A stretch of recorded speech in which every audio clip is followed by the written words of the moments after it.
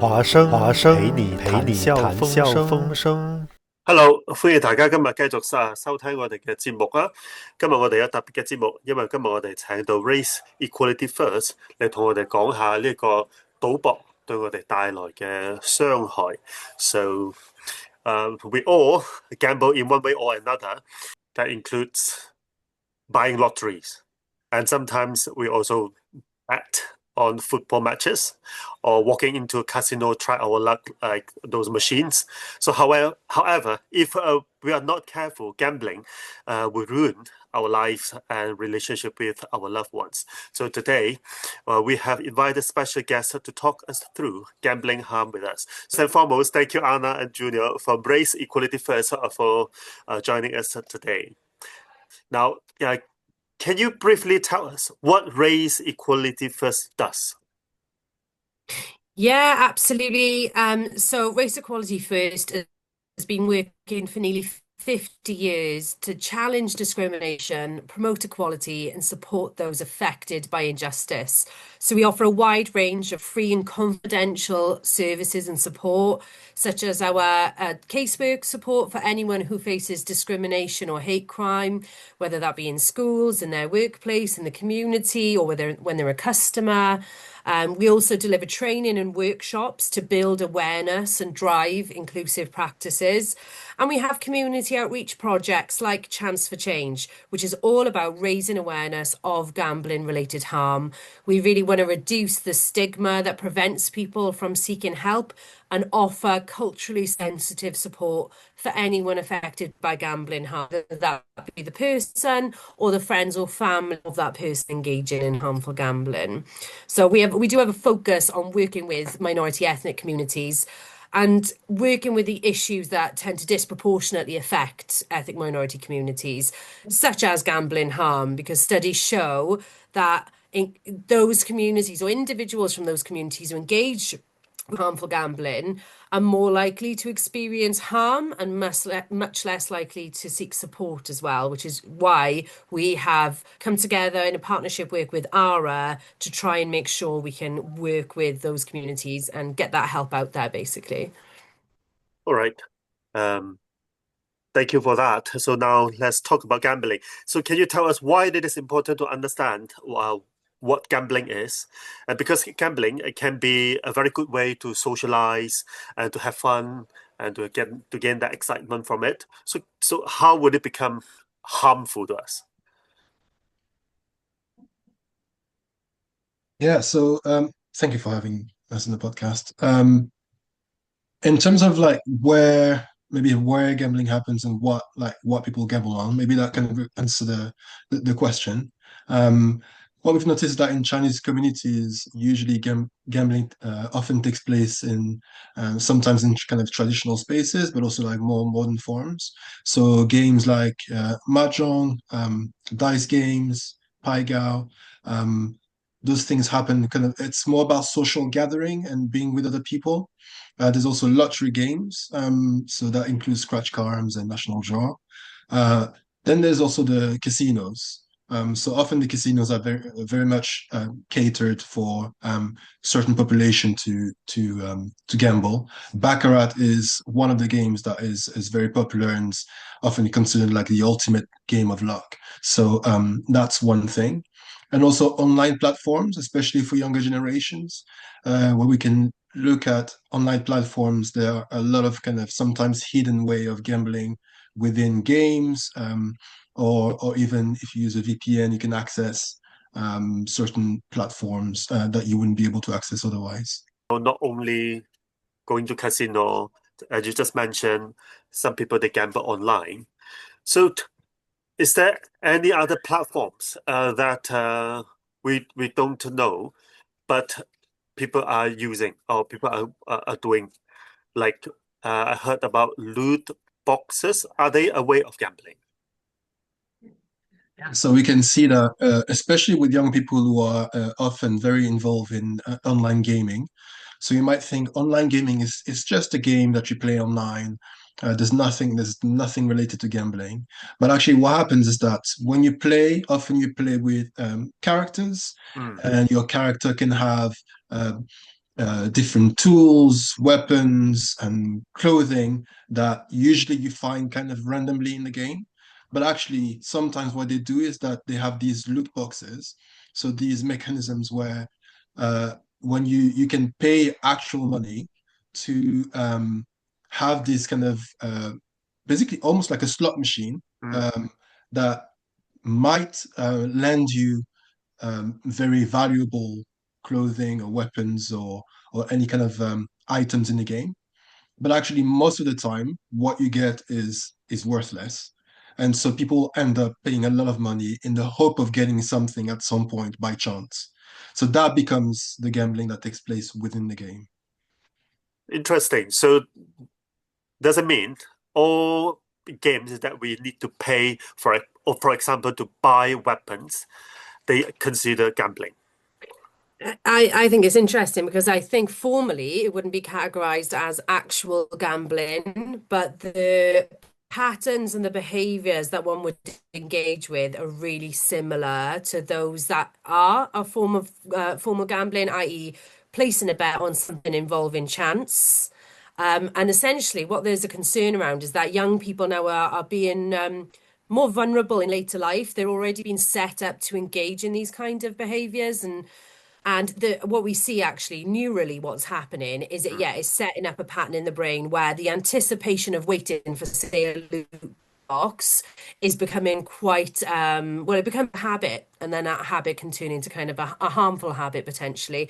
And then if that person then later on actually engages with what would be definitively defined as gambling, then perhaps they'd be more likely to kind of engage in that in a more harmful way quicker, essentially. So it's very similar to what the definition of gambling is. Because when we associate gambling harm, normally we associate it with addiction.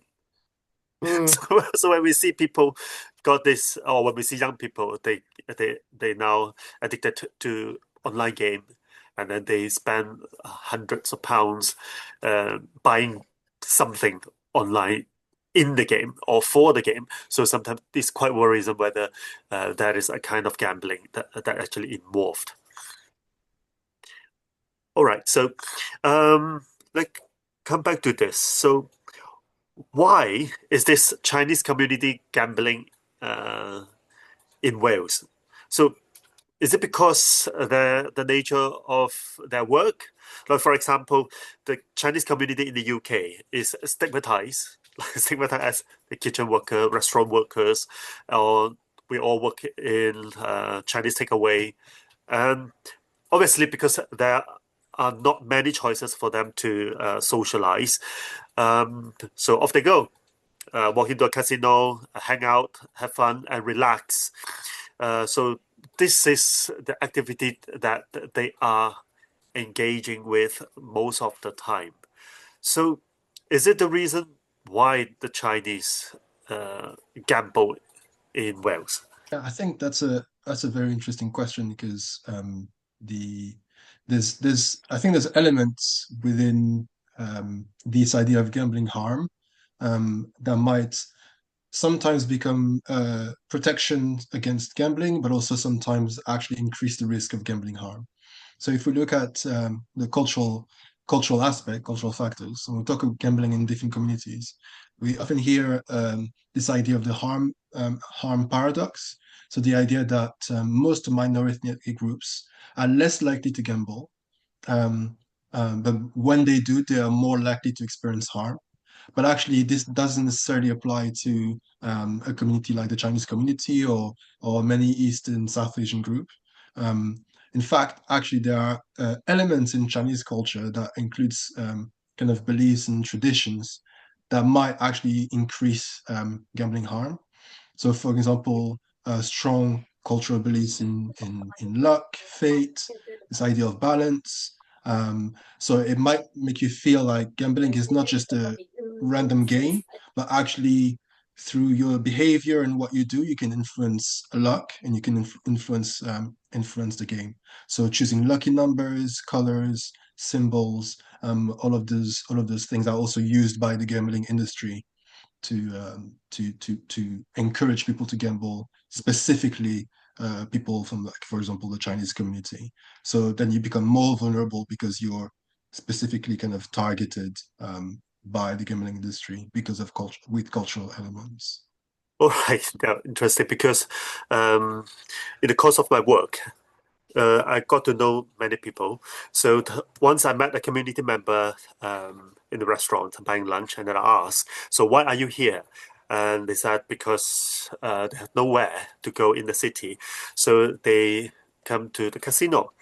Then I'm quite worried because they are older people. So I asked them, so what time are you planning to go home? And then they said, oh, it will be 10:30 at night when the casino closes, or maybe the last bus that goes, the last bus that they have.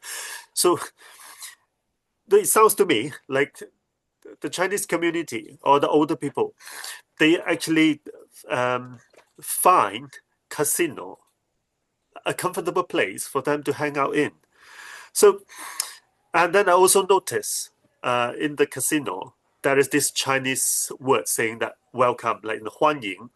So there aren't many places in the UK that actually put up Chinese signs, but in casino at the door, so I can see some Chinese writings. So that makes them feel inclusive, make them feel like at home. So this is the place where you guys can hang out. So can you imagine? Yeah, can you imagine that our people, in fact, are quite cut off from the mainstream community, where the activities in the area are not so Chinese friendly? So what do you say to that as this race equality first does? Yeah, I think, like you say, if you were to match social exclusion or even experiencing discrimination or having a lack of access to certain places, not having words in your first language, as you've witnessed or noticed in the casino, if you match that with very comfortable places that take away the clocks, that do welcome you and encourage you to stay, well, of course, that's going to be quite a tempting option. So what we do at Race Equality First to try and improve things a little bit is, for one, we support community groups so that people do have a friendly, welcoming place to go where they can make friends, make connections, feel comfortable, So we're always searching for social groups, sports groups, creative groups that we can come and support and help to thrive. And then on the other side, we do workshops like this, like what we're talking about today, to raise awareness of the risks associated with places like casinos or other gambling kind of opportunities, so that people can engage with that with more informed consent. They're perhaps a bit more aware of how the industry manipulates people to make gambling feel like an easy choice, a smart choice, a place that they're going to want to go and stay, and perhaps to downplay the level of risk associated with it. So we try and support in both ways. Great. So now, how can we notice that someone is actually bothered or harmed by gambling? So are there signs that we can pick up from people who have these issues with gambling? There is. I'd say on the one hand, gambling harm can be very quite secretive. It can be difficult to notice, but a person might be able to reflect on themselves. One way we talk about it with people is to reflect on, okay, are you gambling more than you can afford, outside of your means? And that's going to change for everyone, For £20 to one person is very different to a £20 to another person. If you're spending outside of what you can afford, basically. And also if that person is becoming more secretive with their behaviours, if they're gambling for longer, and perhaps they're not getting enough sleep, if it's impacting their relationships, and if they're using gambling to escape, to cope with stress, to cope with loneliness or anxiety, and perhaps if they're not utilising other coping strategies in the same way they used to, and perhaps, maybe even gambling harm might be the only way they might be trying to deal with those kind of feelings and issues. Those are indicators that perhaps the behaviour is becoming more harmful and is impacting, them personally and the relationships around them as well. Yeah. So then, if that's the problem, how can we support individuals who are affected by gambling? So the gambler themselves and the people who are affected by it, or maybe their family members.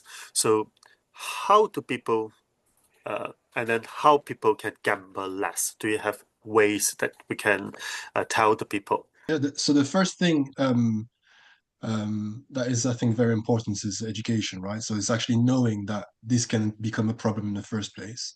So I think anything that is promoting education and having people raising awareness around gambling harm is the first thing. So to have as many of those spaces as possible.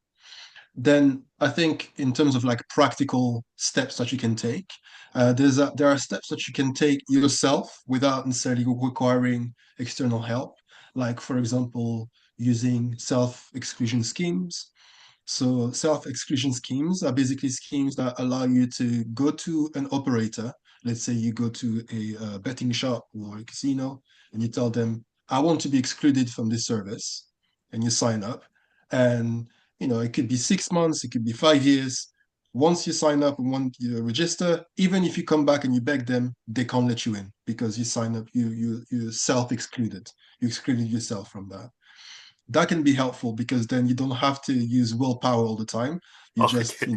ask people to don't let me in, basically.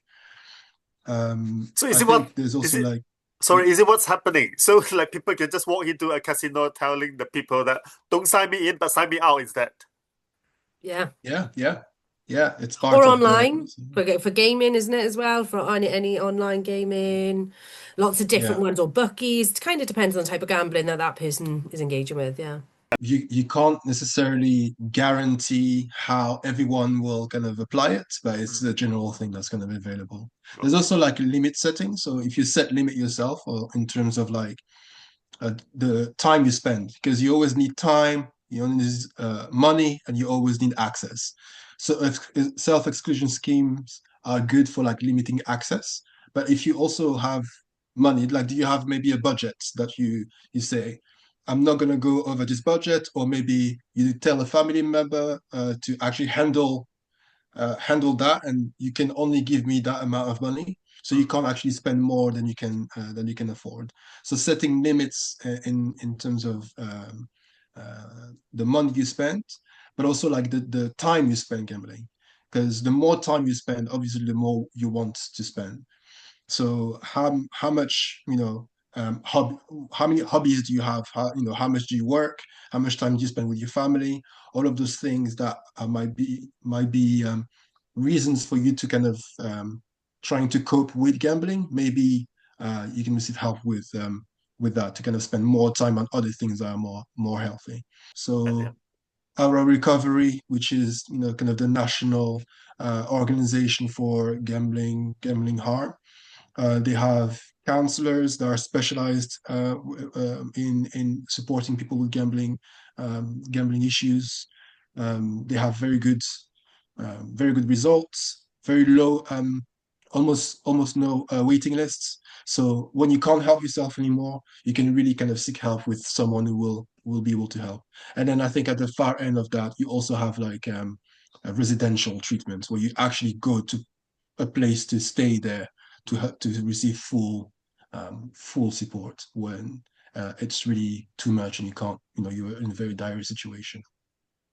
Mm. Yeah, I think that's how those exclusions work well. They sort of support you when perhaps your inhibitions are lower, you're feeling more impulsive, you might want to gamble in that moment, but then say you were bad. Actually, a lot of people report then, say the next day, where, they're in different circumstances, they're really glad that they didn't have access Oh to yeah. that thing then, because actually in the long term they don't want to do it, but it was just at that moment. So that's how kind of those exclusions can be Yeah. really, really beneficial. Any organization actually provide that. If like Yeah. for example an addict or people they feel they actually want to get rid of gambling, that bad habit, but they just couldn't know where to start. Yeah, absolutely. There's a couple of options for this, So people can call us directly at Race Equality First, and that might be to access counselling more generally, about anything, often this might be anxiety, depression, loss, life events essentially. But then they could also be calling us specifically about gambling harm or being affected by someone else's gambling harm, perhaps a parent, a sibling, a child, a friend, because behind every one person who's gambling, it affects around 6 to 10 people. You know, if that person, especially like if it's a partner and they're sharing the financial strains, then it could impact them financially. But also, if that person is not there as much anymore, obviously that can impact loved ones. So any of those people can call us. And then ARA, then we could first offer a culturally sensitive assessment where we get a bit of an idea, a bit of a gauge, okay, how much of how much of a problem is this for you? And then after we do that, then we can pass on to ARA then, who they offer, again, one-to-one counselling directly, specifically related to gambling harm. But they also have really successful peer support groups as well. It sounds like a lot of the people who use that service really benefit a lot from those peer support groups, to be in a group of people who have I guess they're talking about similar things. They've all been down a similar pathway. In this case, it would be around being affected by gambling harm in one way. And you can also get to them directly. You could call the National Gambling Helpline, which is a 24/7 number. So there's a few pathways to accessing either low-level support or all the way right through to counselling, and as Junior mentioned, right through to residential support as well. There's a few tiers available. All right. Okay, so if the Chinese community would like to use that service, for example, the counseling service, but because of language barriers, would ARA or yourself provide interpretation? So this is an issue that does come up across the board. It's difficult to get the right translators, isn't it? Especially for perhaps languages that are less common within Wales and in the UK. But essentially, whenever that person were to come up, we would explore different ways. And I know ARA are looking into different translation services. So we do case by case basis, but absolutely we would do our utmost to make sure that person can access the counselling. But just to let you know that, of course, we can work together.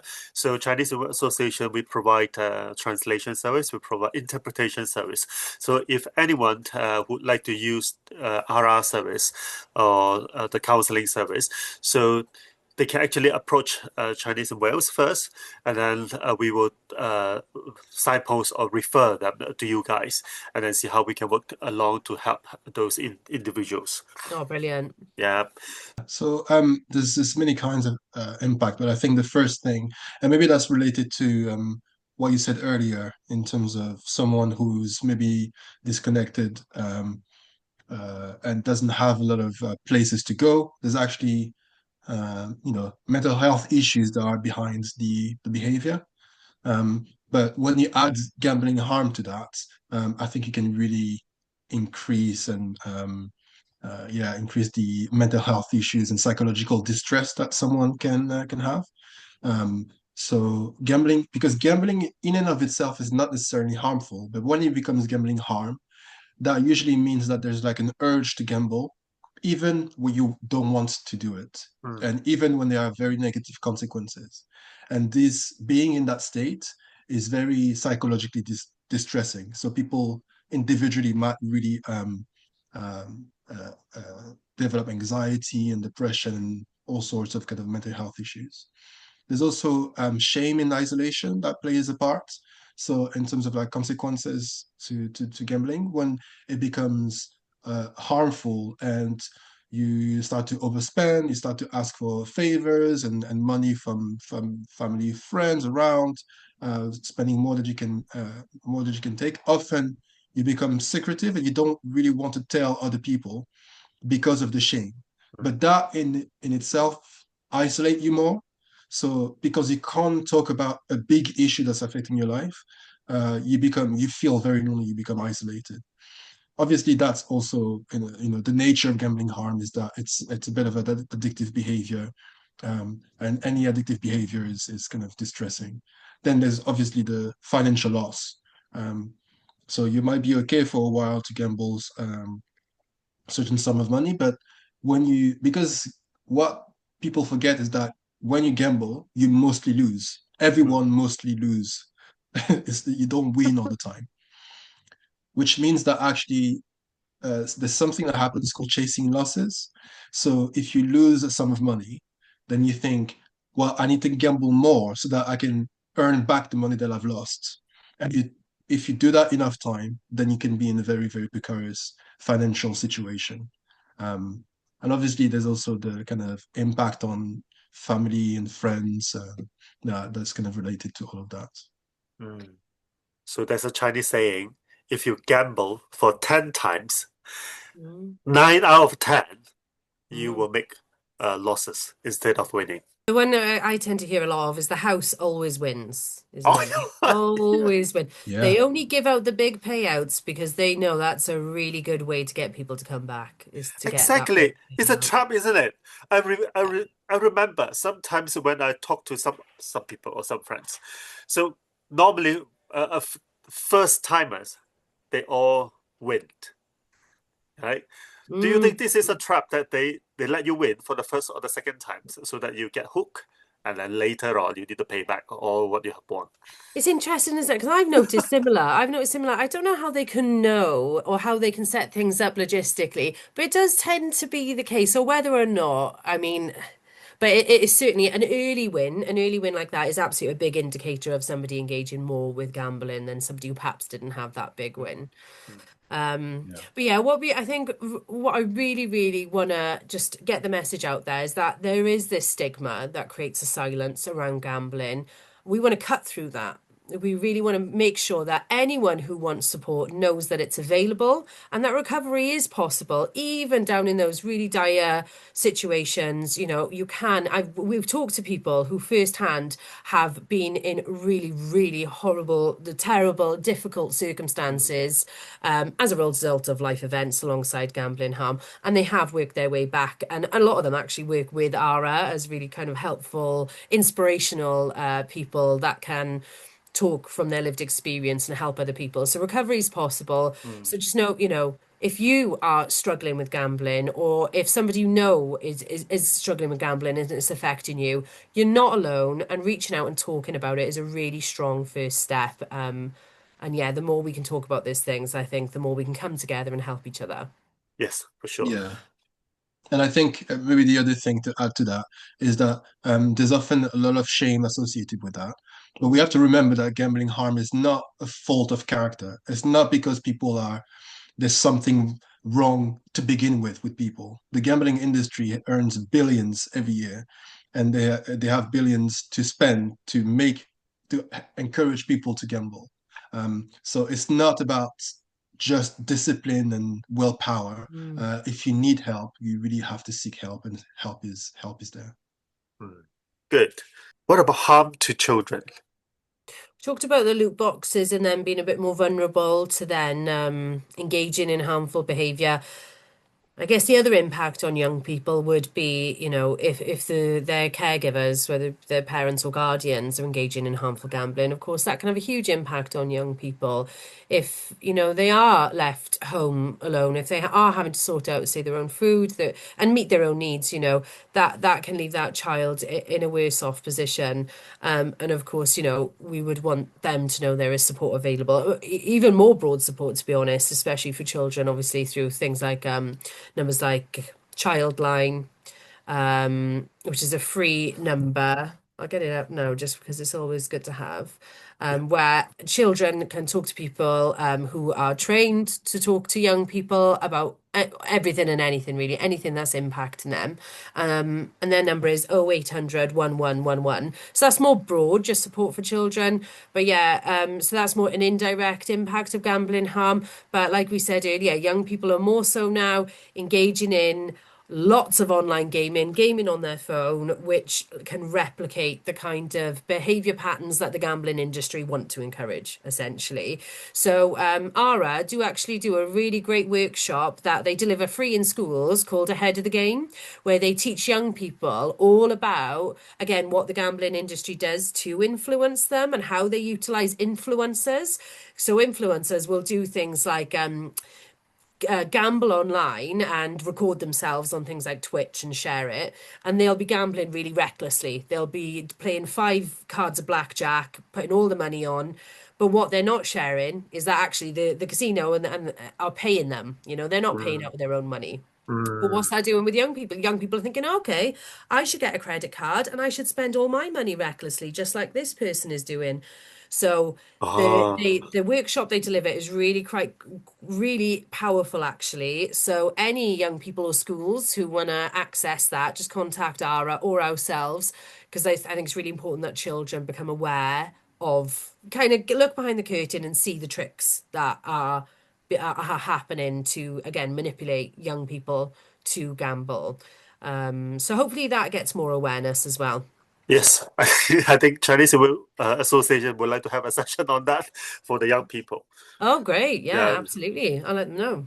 Okay. So that's all. Thank you, Anna and Junior. Thank you for your time. Talk us through this gambling hub today. So if you have any questions, if you would like to seek support, welcome to call us, Chinese Association, and then we will get you in touch with the Race Equality First or ARA. Yeah, Thank you very absolutely. much. Thank you. Thank you.